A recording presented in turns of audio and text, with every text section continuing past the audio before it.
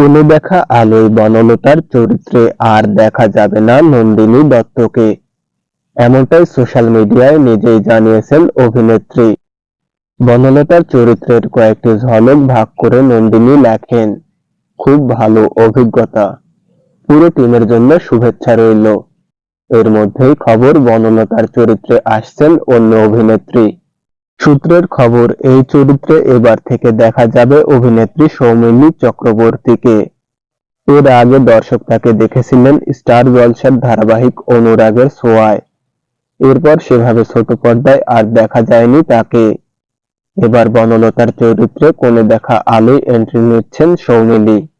কিন্তু হঠাৎ কেন ধারাবাহিক থেকে সরছেন নন্দিনী, জানতে আজকাল.in এর পক্ষ থেকে যোগাযোগ করা হয়েছিল অভিনেত্রীর সঙ্গে।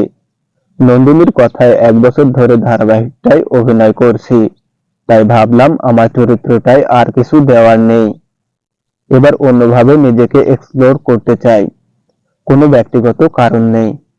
এদিকে বদলে যাচ্ছে জি বাংলার ধারাবাহিক কোণে দেখা আলোর সম্প্রচারের সময়।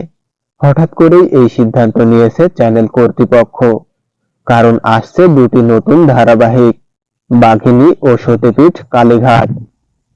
এর মধ্যে সতীপীঠ কালীঘাটের সম্প্রচারের সময় প্রকাশ্যে এসেছে। জানা যাচ্ছে আগামী 24 আগস্ট থেকে এই মেগা সম্প্রচারিত হবে রাত 9:30টায়।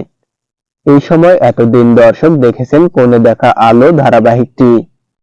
এবার জানা যাচ্ছে 24শে আগস্ট থেকে নতুন সময়ে সম্প্রচারিত হবে এই মেগা। টাইম স্লট এগিয়ে যাচ্ছে লাজু অনুভবের গল্পের।